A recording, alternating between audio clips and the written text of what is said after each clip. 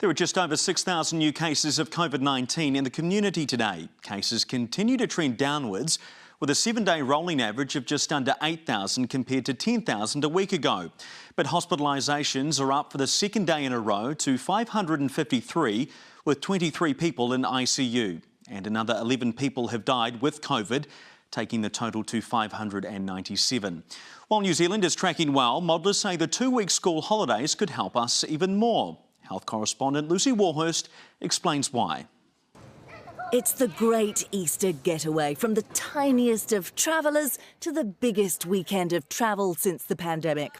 Whether returning from the Easter break or jetting off for the school holidays, airports were abuzz. But instead of causing a surge in COVID cases, the holidays could help bring numbers down. Because you've closed schools and you get lots of spread of respiratory disease in schools, and those kids bring that home to their families, and so we'd expect that to have just stopped. And we'd actually expect over the next couple of weeks to see slightly lower case numbers maybe.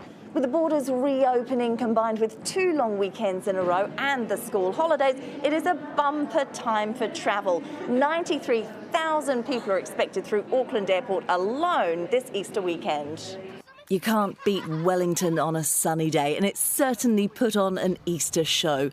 Michael Baker says it's great that people are getting out and about, but it's essential they take precautions, like masking up when visiting older relatives. We're still seeing this long tail of people dying from this infection, still a moving average around 14 a day, and that's going to add up, unfortunately, to a lot of deaths in the next month or two.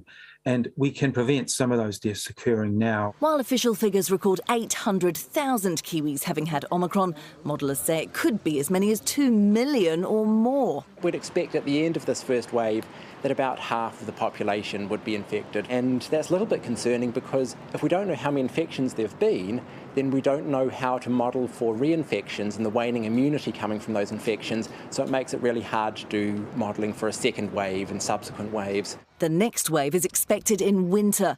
Michael Baker says we need to get vaccinations up to date before that. Only 20%, a bit over 20% of children fully vaccinated, school-aged children, and a third of adults who are eligible for boosters haven't received them yet. Something to think about, even if winter feels like it's ages away.